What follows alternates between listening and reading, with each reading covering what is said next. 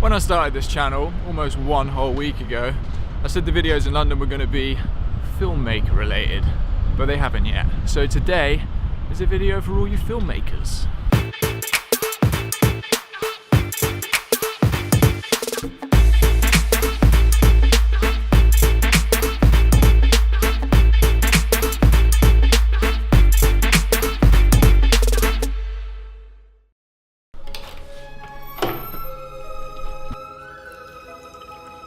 Check out all these kids. I don't even know what they're lining up for, but that does not look fun.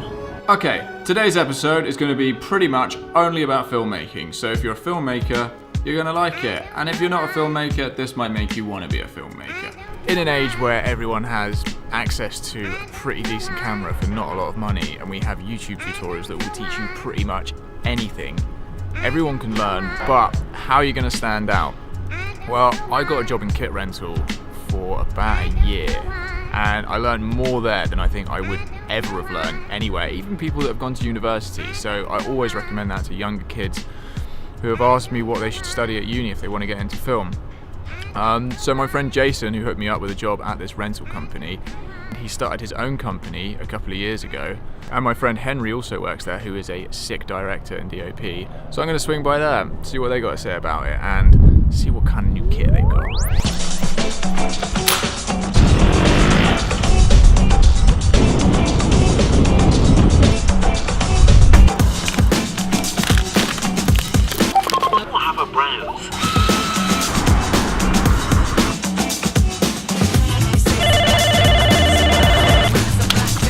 I bought you some snacks, can you catch?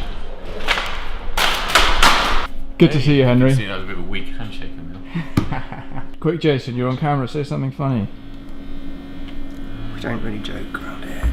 This is Jason, he's the man behind the film store. If you need some film equipment, call him. Henry, is this where you would say, and this is where all the magic happens? This is where all the magic happens. Check out all that kit. Jesus. There's all the little fiddly bits. And a nice fan to keep you cool. Henry, you just doing your hair? Yeah. You ready? Got to be all snazzy for television. Oh, you wearing a hat? Yeah, well, I've got to. I've got long hair, and just turned up in my place of work, wanting to make a film unannounced, and I've dressed like I've just walked out of a cave. So, brilliant. Thanks for that, Emil. Sorry, mate.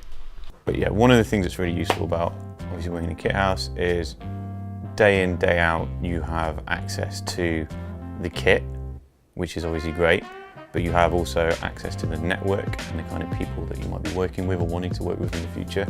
That is really valuable. When you have that day in, day out, it becomes, rather than a novelty going and working on a shoot and being like, oh wow, I'm a camera training on like a music video once every 3 months, you are dealing with, even if it's just sorting out gels or whatever, you are dealing with everything day in, day out, and I think that's really valuable. But having said that, I do think like one of the interesting things about cameras is that from the very, very top end, like video camera, to the very, very lowest end stills camera, Fisher Price toys camera, you know, they've got the same governing principles that govern how the mirror works is the same as how, you know, it's going to be shutter speed, aperture, sensitivity of whatever you put your film or your chip, focal lengths. They're all the same thing that will govern every photographic device from the top to the bottom. Of course, there's some variations, but generally that's true.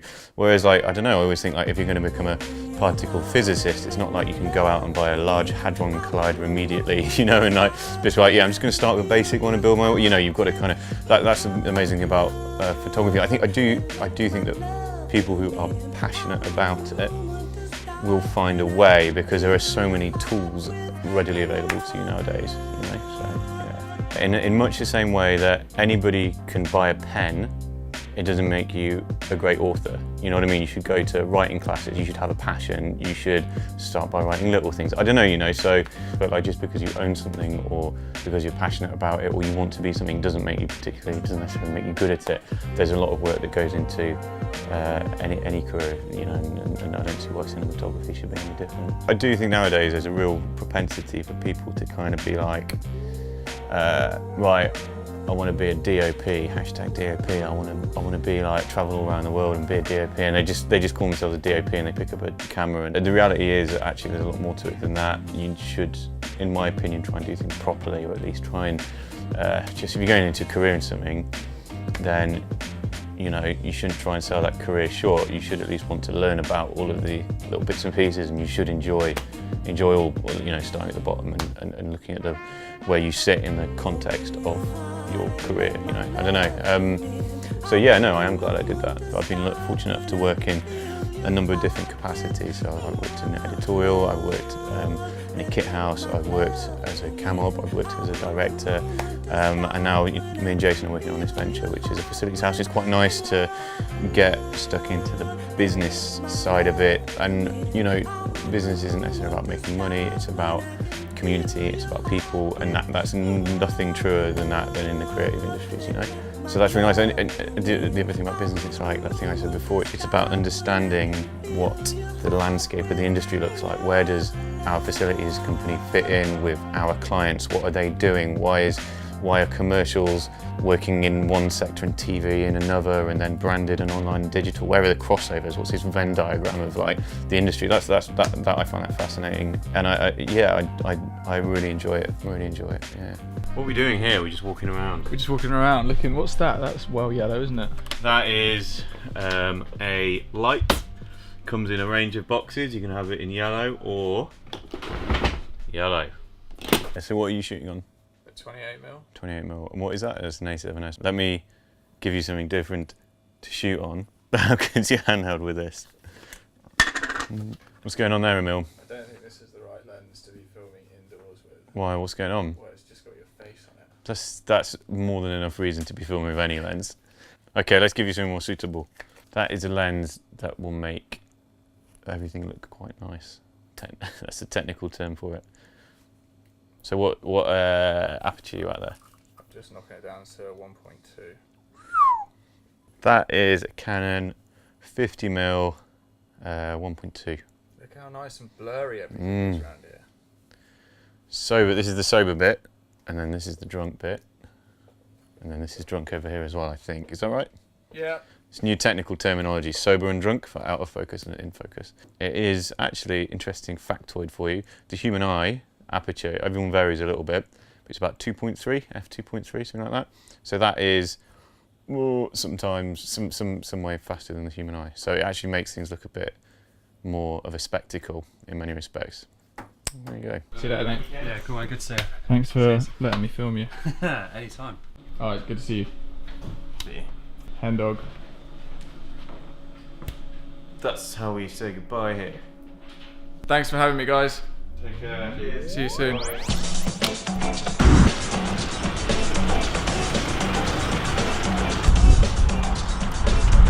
Well, it is suddenly super late again. Oh, I swear I spent way too much time looking at a computer screen. Today's been good though. I hope you guys learned something. I'm sorry it's like so short and rushed, and I feel like I want to do another video like this, but maybe make a bit of a longer project about it. Because kit rental is super good for anybody that wants to get technical with a camera and learn more about the industry as well. I spoke to Jason briefly before I left, and I've done a couple of promo videos for him in the past, and he wants me to do a new one for his Alexa Mini, so that's going to be a cool video when I get to take that and shoot some stuff. I need to find some cool stuff to shoot. Maybe we'll do like a little music video or something. We'll figure it out. Anyway, thank you for watching. I'm going to try and do more film related stuff. I want to do some kind of narrative things because I've never really done any narrative tutorials. I've kind of just learned it all as I've gone along, so I'm just going to try and teach you what I've taught myself, which might be like completely the wrong way to do it, but it seems to work for me. So yeah, that'll come soon. I've got a shoot tomorrow, so I need to get an early night. Not that it's early, it's kind of late. But I'll see you then. Thanks for watching.